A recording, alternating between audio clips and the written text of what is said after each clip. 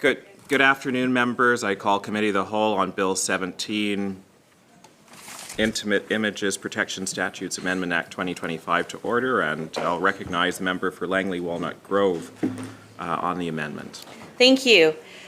Yeah, just going back to yesterday, the intent of the amendment was to make sure that, training of tribunal members is legislated and not left to policy or regulation.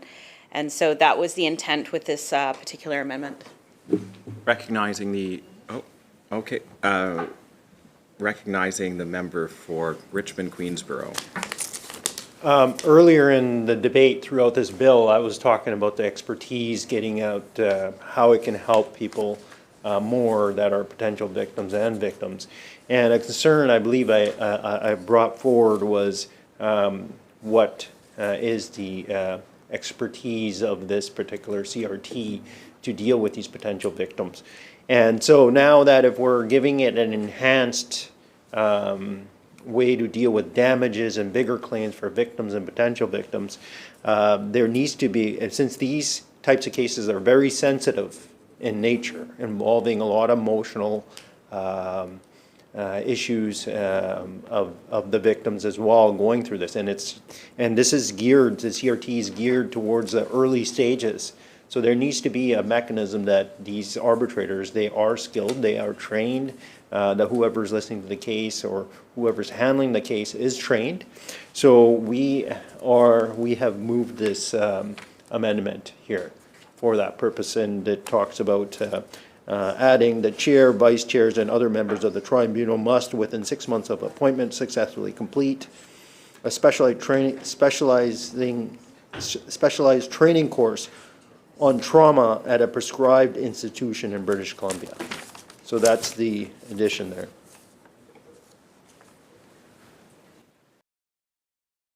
Recognizing the Attorney General. Thank you, Chair. I really do appreciate the spirit of this amendment, and I think we all share that common goal to make sure that the people that are overseeing these types of hearings have the right training.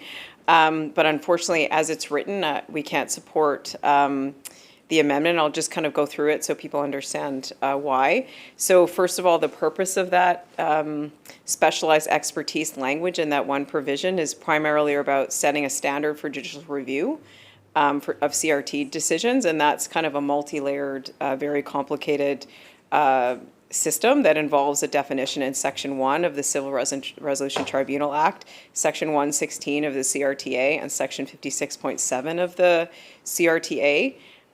So the objective of that particular section is to set the right standard of review for specific types of CRT cases where they're judicially reviewed. So we are concerned about changing anything in that particular section having unintended consequences, but just a couple things also about the wording of the amendment. So the way it's worded, it has potential application to all tribunal members rather than only the ones handling IIPA disputes, which is a subset. And in the absence of transition provision, we don't know what would happen to the current tribunal members that may be in the middle of a application right now, so holding an application right now. And there's no definition of specialized training course, difficult to define. And I think the 6-month timeline is probably too long. They should probably have the training before, which I think is what they do, before they even hear one of these cases. They have the training beforehand. And just to say that, to give people a little more information of surety, the CRT chair just has confirmed that there is trauma training, trauma-informed practice including, for example, a completion of a course from the Justice Institute of BC called the Trauma-Informed Practice Foundations. And the tribunal members have also attended sessions with the Ministry of Children and Family Development to receive training on the duty to report a child in need under Section 14 of Child, Family and Community Safety Services Act. And there are certain things about independent tribunals and what we can clearly say in legislation and what is something to be determined by arm's length from a tribunal that is meant to be different from a political and government body. So those are the reasons that that I can't support the amendment, but just to say that I appreciate the spirit of it.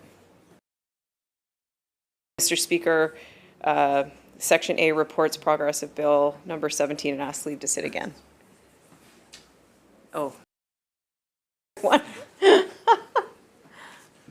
I just read what I'm given. Honorable Chair, I move that the committee, that sounds better, rise and report progress and ask leave to sit again. Members have heard the question. All in favor, say aye. Aye. Opposed? Motion's carried. This committee stands adjourned.